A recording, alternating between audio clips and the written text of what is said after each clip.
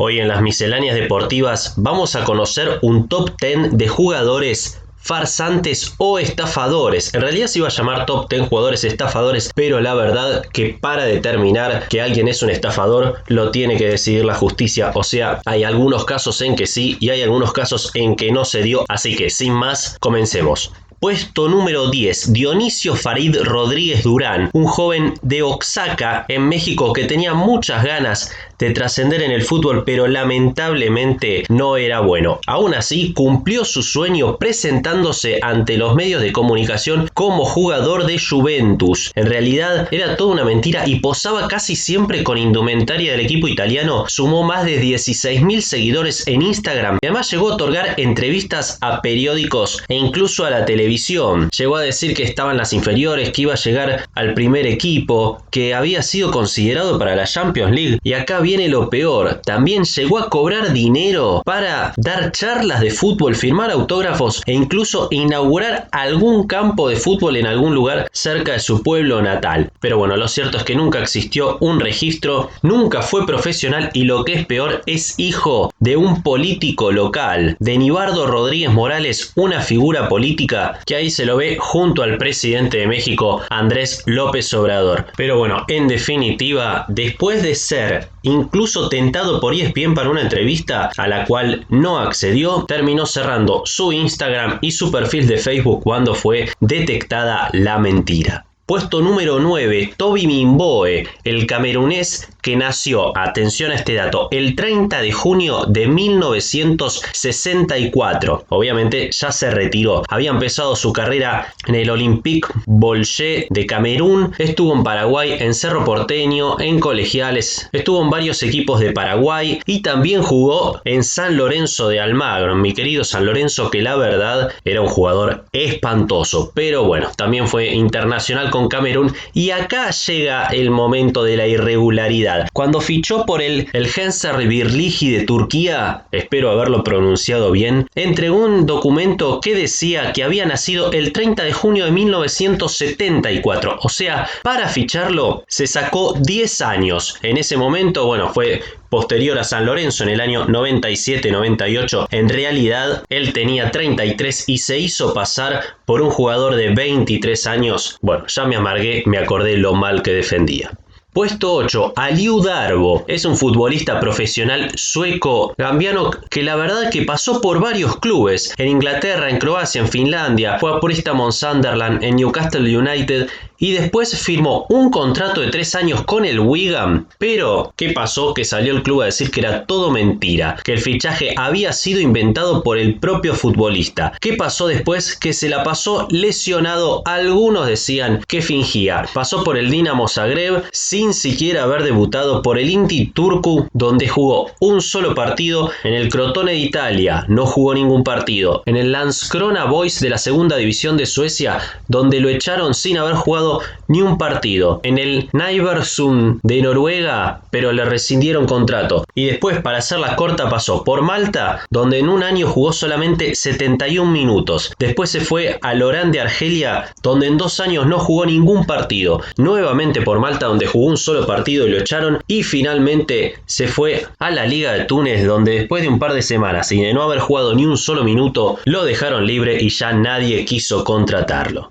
Puesto número 7, y esta es increíble, el jugador fantasma, Dexter Rosales. Un jugador con mucho desborde, con mucho gol, con gran manejo del balón y solamente con 25 años, después de haber jugado en River de Argentina y en el Ajax, por no llegar a un acuerdo salarial, fue contratado por el equipo australiano Adelaida. ¿Cuál era el problema? Que el jugador directamente no existía. Si se ve la foto ahí, ese es Mauro Rosales, ex jugador de Newell's, ex jugador de River, pero la verdad que todo había sido parte de una estafa. Le vendieron al club un video en el cual se suponía que el jugador hacía maravillas, tenía un contrato de 3 millones de euros con el Ajax, pero la verdad que no habían llegado a un acuerdo por una supuesta lesión en el tobillo. Entonces el club anunció la contratación de este flamante jugador, pero lamentablemente ni siquiera existía. Puesto número 6, Ali Daya, y bueno, de este hice un video particular, lo etiqueto acá arriba, pero para hacerla corta, el director técnico del Southampton, Graeme Souness, había recibido una llamada telefónica de George Weah, figura indiscutible del Milan, que le decía que como tenía muchos lesionados en su equipo, le iba a recomendar a su primo, que se llamaba Ali Daya, que había jugado 13 partidos como internacional en la selección de Senegal y que además había jugado en el Paris Saint-Germain. Souness, como no tenía jugadores, lo contrató. Cada vez que quisieron entrenar llovió y no pudo ni siquiera probarlo unos minutos, entonces directamente en un partido contra el Leeds lo mandó adentro de la cancha. La verdad que jugó 43 minutos, hizo un desastre, se chocaba con sus compañeros y lo sacaron. Al otro día ni siquiera se presentó y cuando Souness, recaliente, llamó a Weah para pedirle explicaciones por su recomendación insólita, Weah ni siquiera sabía que existía un futbolista que se llamaba Ali Daya, o sea que directamente había sido un tipo que tenía ganas de darse el gusto de jugar en la Premier League y lo hizo. Puesto número 5, Néstor Coratella, el gran futbolista del Danubio que fue fichado en el año 2010 por el Villarreal de España. La verdad que llegó al conjunto valenciano por 3 millones de euros, todo genial salvo por un detalle: que el jugador no existe. Había sido inventado por Foro Coches. Se trató de un trabajo muy laborioso. El objetivo era justamente ese: crear un perfil falso de un jugador y hacer correr la noticia falsa. Obviamente crearon algunas páginas donde se podían encontrar datos por si alguno googleaba, y bueno, así se creyó en la existencia de este personaje, que la verdad que en su momento se lo creyeron todos. Pero bueno, obviamente después algunos medios nacionales salieron a decir que no existía, e incluso el presidente del club uruguayo Danubio dijo que ni siquiera sabía quién era.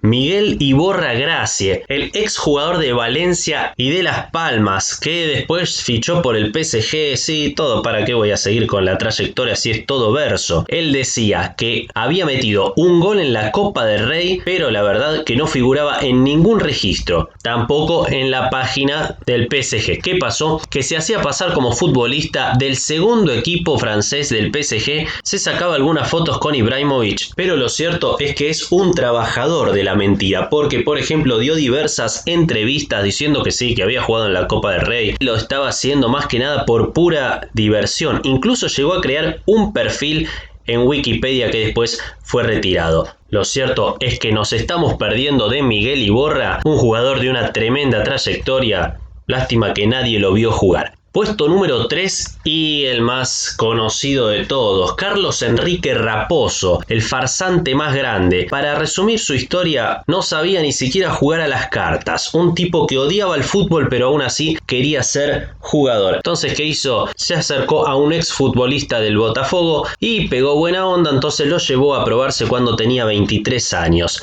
Le pusieron de apodo el Kaiser porque se parecía a Beckenbauer, y la verdad que lo único que tenía parecido era la cara, porque no sabía ni siquiera jugar. ¿Qué pasó? Él llegó diciendo que había jugado en el Independiente, campeón de la Copa Intercontinental de 1984, y llevó una foto que en realidad el que estaba ahí era Carlos Enrique el Loco y no él. Pero bueno, lo cierto es que tuvo su primer contrato internacional y a través de un dentista amigo que le proporcionaba diferentes certificados, no jugó ni un solo partido. Firmaba el contrato y después se iba. A través de contactos llegó al Flamengo, tampoco jugó ningún partido e incluso se hacía dar patadas por sus propios compañeros para no jugar. Pasó por el Puebla de México, por el Patriots de la Premier de Estados Unidos. En total llegó a jugar unos 20 o 30 partidos, pero todos amistosos. Nunca jugó en forma profesional y aún así duró 20 años en el fútbol. Lo que sí, era muy entrador, o sea, tenía mucho carisma, cumplió el sueño de cualquier futbolista, llegar a Europa. En el 90 fue al Ajaccio francés y fue recibido como una estrella. Es más, regaló 50 pelotas a los hinchas y el club se quedó sin balones. Obviamente todos lo amaban, menos sus propios compañeros. Llegó incluso a agarrarse a trompadas sin ningún motivo para que lo echaran de los clubes. Pero bueno, terminó poniendo fin a su carrera a los 38 años, después de pasar nuevamente por clubes de Brasil, y lo que dijo es que no se arrepiente de nada de lo que hizo, porque muchos clubes engañan a los futbolistas, alguno tenía que vengarse.